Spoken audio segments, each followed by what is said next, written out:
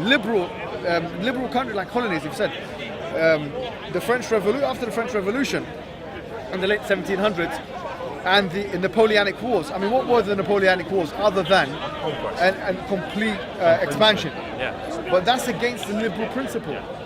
You could argue, well, hold on, this was before J.S. Mill and the harm principle, but it was after John Locke. It was after Thomas Hobbes. It was after a lot of the philosophers already. Montesquieu, who was himself writing in a language these people could understand. Yeah. So all of these individuals, Tocqueville. It was after these individuals. I'm not sure if Tocqueville. We'll see if it was after them or not. But it was after these. So the idea is liberalism was enshrined, and the idea of the French Revolution was premised on a philosophical liberalism.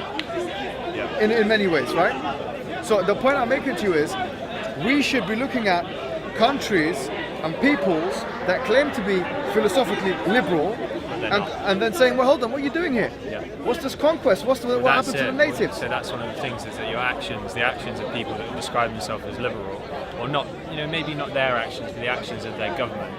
But one of the things is, if you're looking at Islam and saying Islam is expansionist, so Islam is to Muslims as my government is to me, based on the country that I'm in. So there's a link between the two. So if I turn around and say, well, I'm against Islam being expansionist, however, my government, for example, Tony Blair lives around the corner, going into the Middle East and absolutely, indirectly or directly resulting to the death of a million people. And let me tell you something. Is that congruent with my view against Islam infringing on British culture? I think what you've said there is very powerful. Yeah. What you said there is good, and I like it. And there's another layer of things I want to put to you. Number one, I agree with the fact. There's two things you need to know. Number one, I agree with the fact that Islam, they had this called al-khiyar al-thulathi, the three choices that you have, the jizya, this and that. And we're not saying that doesn't exist or that should be deleted from the Quran. We believe that it's actually applicable in many of the empire type situations where you have different empires and all these things. It could be applicable, but here's the thing, and this is an important point. Once again, the ultra right and people, academics like Jordan Peterson, Sargon and others, they don't appreciate it. Islam civilizationally, I'm not talking about the religion, but also the jurisprudent usuli, the Islam that you can understand from the usul, which are the principles of jurisprudence, both can have the propensity, they both have the propensity not to be expansionist in times. Let me tell you what I mean. Once again, people will object. I know even some Muslims will object to me using the word expansionism. But I'm trying to be honest and say, look, on an international relations level, the whole three options would be seen as a kind of expansionism. Historically, if we're doing academic work, we couldn't lie about that or try and sugarcoat that. It would be seen by the liberal eye as you can just interpret it. You can interpret it in a way that Islam is a set of rules, it's a set of guidelines, and in the West we have this agenda of expansionism of what we call quote unquote democracy. And if you look at the way in which democracy has been forced upon Africa, so Africa was a big country. You've got the Mali Empire. Colonialism, they come in, post-colonialism, they break everything down and they draw lines across, tribes that are strewn across the whole country, and they implement democracy, which is expansionist because it's a Western societal, development. You put it on a group of individuals and it doesn't work. So when people talk about the expansion of Islam, why don't they talk about the failed expansion of democracy in the US, in the Middle East, and European post-colonialism? Some do, and to be fair, some do and some don't, right? But those individuals, I've not heard them speak about it. Not that they haven't. I just haven't heard them. They don't. Right. So because it's like an inconvenient truth, Yeah. Another point which is really, really important. When I was saying it has the propensity not to be, like for example, in Surah An-Nisa, chapter 4 of the Quran, it says, إلا الذين بينكم وبينهم ميثاق أو جاءوكم حصرت صدورهم. Except for, it's talking about who you're not meant to harm, etc. Except for the ones you have a peace treaty with, and they come to you, حصرت صدورهم. They're not coming to fight you, right? So the point here is, if Islam, I'm talking here civilization, because once again we don't want to equivocate.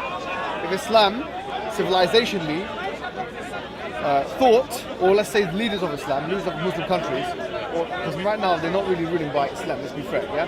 But a lot of the countries, or most of them, if not all of them, because they're run by potent, but the point is this. Western implemented. Right, so what I was going to say is, if the conditions were right, and it was seen that there was no aggressive behavior, and a treaty of 10 years or indefinitely or whatever it may be would be in the interest of the inhabitants, the Muslim inhabitants, and the non-Muslim inhabitants if they happen to inhabit, say for example, a Muslim-run country with Islamic law, etc. I'm thinking theoretically here, yeah? If that was the case, that could be put in place as per the current narrative. But generally, the whole three choices thing, three options, that's in place as well. So if, for example, an Islamic government saw the other empires, just like I did this, Persian Empire, the Roman, these have the potential to absorb us into it. They said, look, actually, let's preempt this. Why waste time? Why wait for them to come and fight us? Let's go and fight them first. Really? If I was going to go to a place and I knew some hostile people were going to attack me, probably wouldn't go there. Yeah, me, I'm a bit silly. I do go there. Anyways, antagonistic. Yeah, no, I'm probably a foolish person. But you know, maybe you think, okay, well, if they're going to attack me, let me hit them first. So it depends on the situation, and that's why we started off this discussion by saying when people analyze Islam, they don't understand that it's actually a political system as well. It is. A lot of people don't understand that. Sharia law and all your... Yes, it's a political system as well. It gives us... Look, there's a book called The Art of War by Sun Tzu. Yeah? Is it a controversial book? Be honest, in your eyes, is it a controversial book? Not particularly, no. Not particularly. It's quite a revered business book as well. Absolutely. People will use it and, you have it on the bookshelf and You're office absolutely in the city right. or anything. And why do you think they do that? Because, we're all playing a game and, games require strategies and guidelines. Perfect. So the book is short. Yeah. The book is short. It's not a small book. You can read it. Sun Tzu's The Art of War gives generals and commanders, whatever it may be, guidance on how, just general principles, how to kind of subdue the enemy, how to fight in different terrain and these things, right?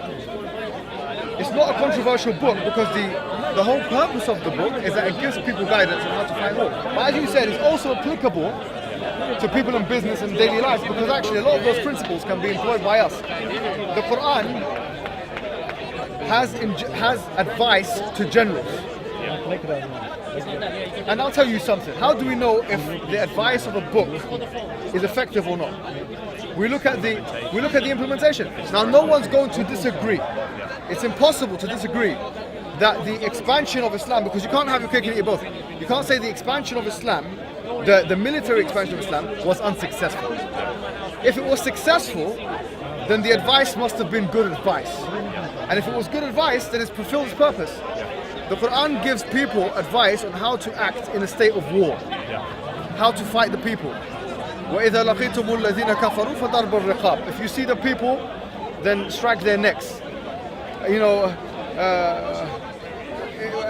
Surah Al-Anfal it says, مِن كُلِّ بَنَانٍ, cut their fingertips. So cut their necks and cut their why? Because if you don't have fingertips, you can't hold a sword. Now, if you wanted to be clever, you say, okay, well, hold on.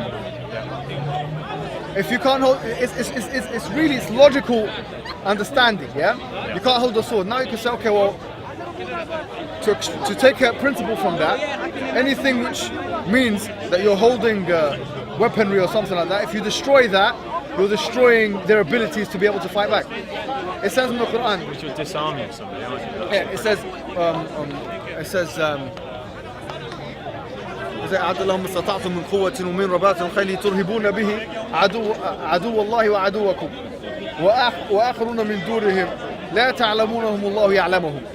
In Surah Al-Anfal, in chapter 8 of the Quran, it says, and prepare for them, horses, من قوة, from strength, ورباط الخيل, from the horses that you're going to get for them. So you can scare your enemy with them. You're trying to penetrate them, you're trying to petrify them, trying to scare them. Absolutely, that's what I'm doing. No, you know what I'm saying? That's why you're wearing sleeveless. No, I had something to do, like some exercise today, and I just came. I was quite hot today. It's a hot day. You can wear what you want. the Prophet Muhammad on this before I get refuted. You know Hajj. Yeah. You know the men, they have like one arm showing, yeah, in Hajj. Do you know why? No. The reason why, the Prophet told the people, go around that. And by the way, this is a refutation to those who refute me, yeah, because there's some Muslims they're trying to. He said, go to Mecca, which is enemy territory, and go around the Kaaba 7 times. The first 3 times you're going to do it fast and show them your arms. Yeah. You know why show them your arms? Why? So they know you've still got muscle mass. They know you've got the arms. You know you've got your strength. You're running around. Don't mess with us. You know that's what I'm not saying you, obviously. Okay, let me finish. Inshallah. Yeah, no, just 5-10 minutes. Yeah. To go for dinner as well. Yeah, that's all. You can come with us. Say one. Yeah. So no, just finish on that. The point is that the Quran. So if the Art of War, which is a book from Sun Tzu, is not controversial because the purpose of it is giving command to military commanders, then the same thing should be said about the Quran. Yeah. The only reason why it's controversial in some people's minds is, hold on, isn't this meant for the average layman? But you've said yourself quite rightly that the Art of War is also used for the average layman. Yeah. The same principles can be applied. But my final point before I go to dinner is that I think that one of the things that people need to understand is that the increased presence of Islam, whether you call it infringement or presence in British society and British culture, you've got to ask yourself the question: how did we get to a point? And I'm not saying it's negative. How did we get to a point whereby Islam was so present in British culture? Did it have anything to do with our involvement in the Middle East in near-term history, the breakup of the Ottoman Empire after the First World War, the confiscation of oil assets and resource assets in the Middle East by British, Dutch and US companies, and to what extent are we seeing the repercussions of that now? And so for us to turn around and say, oh, well, it's an infringement, you've got to say, well, let's look at the historical behaviour of the British and the Americans and Europeans, and how did we get to this point? Because you can set it out fairly clearly. I think you're absolutely right, and that's a really good point you made. People will probably call me some kind of an apologist. No, you're not. I'm a realist. No, I don't. I think we've been quite honest here. I don't think today I've been trying to hide anything. I'm giving you all the verse of the Quran. We talk about death and killing. Look, I'm not trying to be defensive and say, oh, you're. I think we're both working together. But let me tell you something here, which I think you're absolutely right.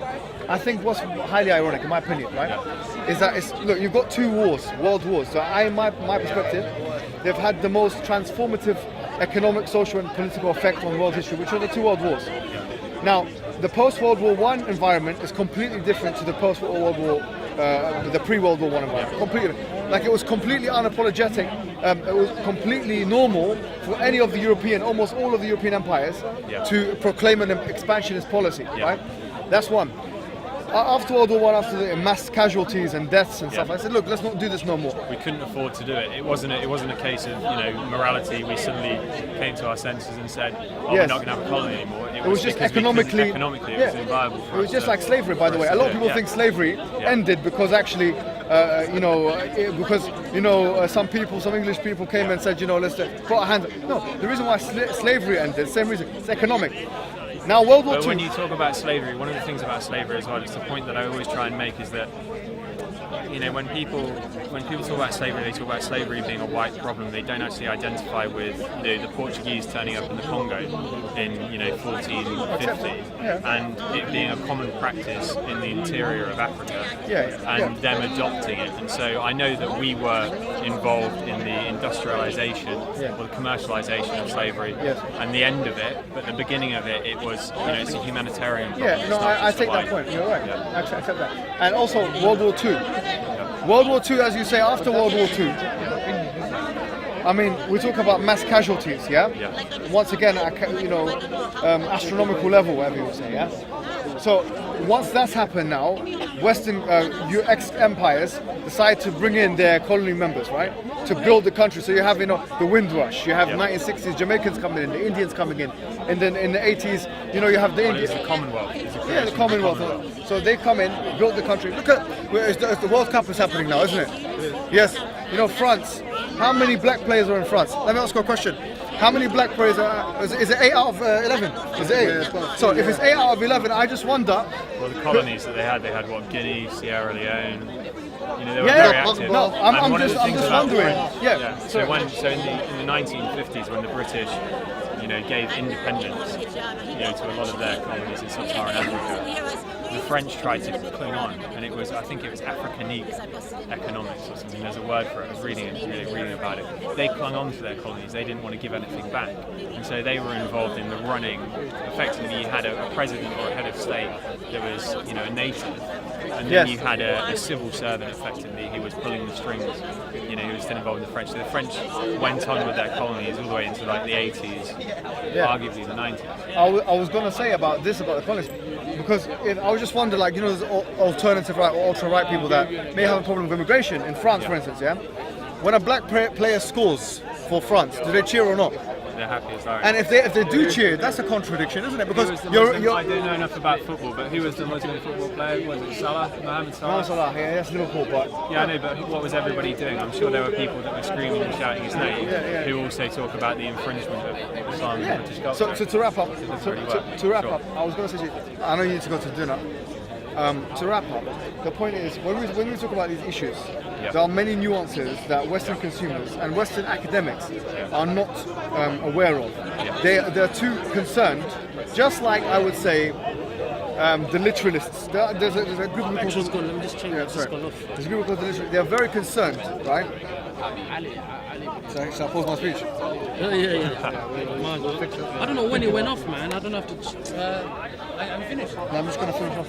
Wrap it up. Just give me a second. No, I came or something. I have to go. I have to bring him back home. So my mum brought back in. Let me just.